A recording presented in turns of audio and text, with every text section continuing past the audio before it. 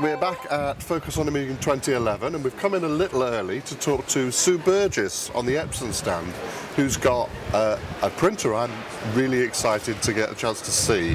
How are you doing, Sue? Good morning. Thank you. And today it's the R3000. Indeed.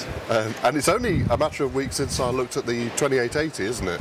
So Is this replacing that? Is my review now old hat? No, not at all. This is an addition to our range, so another A3 Plus printer in the range. Right. But where it does relate to the 2880 is we've had our designers and our engineers come over to the UK, visit owners of 2880s and see them, how they use them in the home, so where they're positioned, how they're using them, what their workflow is. And as a result of that and the feedback from that, a lot of the features that are now in this printer have come from that research. Sounds good. So what? Well, first of all, let's have a quick look at the printer. Here it is.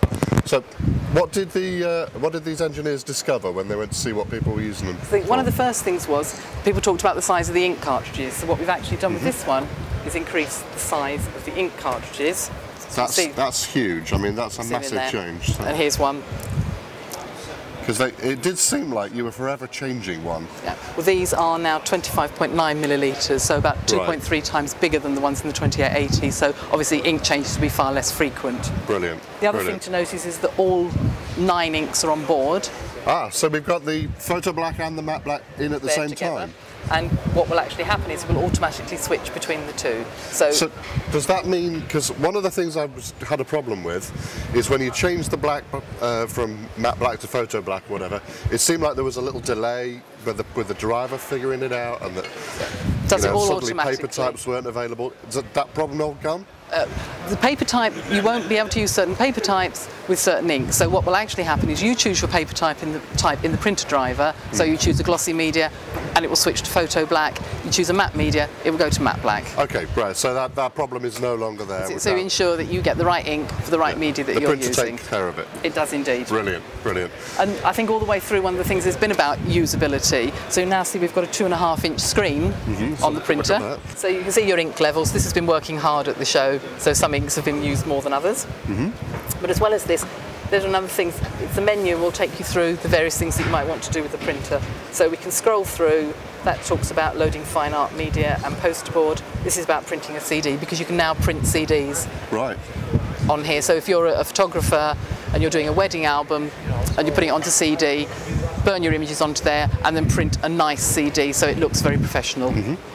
Right, and the key there being that the printer now takes you through the process. It does indeed, all the way through. And shows you step by step. Yeah, so it'll actually talk me through, so yes, this is what I want to do. I actually want to print a CD. So the first thing it's telling me, I need to close that flap at the back. Done that, open the flap at the front. Done that, pull out this tray. So it shows me where to pull the tray out. It then tells me to load the CD into the holder, and I've actually got one here with a pre-printed CD. Sure. And then it just talks me all the way through. Yes, I've done that. It shows me exactly where to position it. You can see the arrow on here. There's a mark on there as well, so I know exactly where to position it. And then it talks me all the way through to print the CD. Brilliant. So there's now none of this having to get the manual out in order to figure out how to load any media. It will talk you all the way through. Take a wide range of media. You can do roll-fed media, so there's a roll feeder at the back, sheet-fed. You can also do poster board up to 1.5mm thick, and that actually feeds through from the front.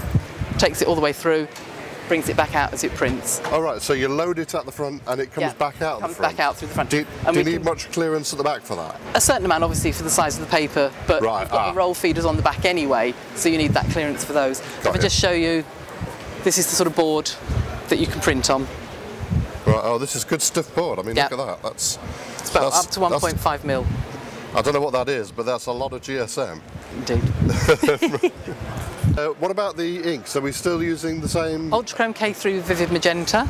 So just like on the 2880? 2880, but also used in a lot of our large format professional printers. So anyone printing for exhibition, you know you're getting exhibition quality, you're getting wide colour gamut. Right, and you can still got the same 3 black inks? Yep. So still great for black and white prints? Indeed, and we've actually got a black and white print here, if I can just lean across. That is beautiful. Printer's got what you would expect, so Epson's micro piezo print head technology, but we've actually now reduced the droplet size to 2 picolitres, so you're getting even finer detail in your prints. All right, so even smaller drops? Yep. Right. Does that mean the resolution's gone up, or does that just mean the printer's got more fine control? It's finer control. Right, I see, okay. And what about price? Is this much more expensive than the 28? $699.99. Right, okay, recommended retail against $569.99 recommended retail again for the R2880. Right, so just a small upgrade.